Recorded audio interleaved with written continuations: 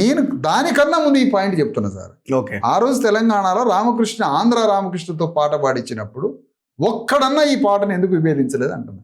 మళ్ళీ అందరి కళాకారులని కేసీఆర్ కూర్చోబెట్టుకొని అందరి ముందే మీకు చేతగాదురా బాబు, మీరు పాడే అవకాశం లేదు, మీరు ఇప్పుడు అవన్నీ పాయింట్ కాదు ఇక్కడ. తెలంగాణ వాడా కాదా అన్నదే ఇక్కడ పాయింట్. తెలంగాణ రాష్ట్రం విడిపోవాలి అనే పాటను కూడా ఒక ఆంధ్ర వ్యక్తి పాడిండు. సో కాబట్టి మేము ఓన్ చేసుకున్నాం. ఆంధ్ర ఆయన పాడను అని అన్నాడు. ఆంధ్ర వ్యక్తి పాడిండని అభినందించొద్దు, తెలంగాణ వ్యక్తులు పాడొద్దు అన్నది పాయింట్ కావాలి నాకు. కాదు సార్, మీరు పాయింట్ పట్టుకోరేంటి?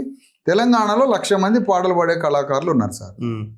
1,00,000 మంది పాటలు పాడే కళాకారులని వద్దనబట్టే కదా రామకృష్ణ పాడింది. ఈ పాయింట్ మాట్లాడరేంటి మీరు?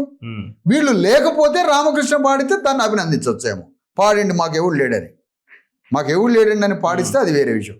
ఈ 1,00,000 మంది కళాకారులని మీరు పాడొద్దు అని అంటే, ప్రతి గ్రామంలో కళాకారులు ఉన్నారు కదా, అప్పటికే రాష్ట్రంలో వందల వేల మంది కళాకారులు కేసీఆర్ ఉద్యమంలో తిరుగుతున్నారు కదా, వీళ్ళని కాదని రామకృష్ణతో పాడేయడం ఏంటి?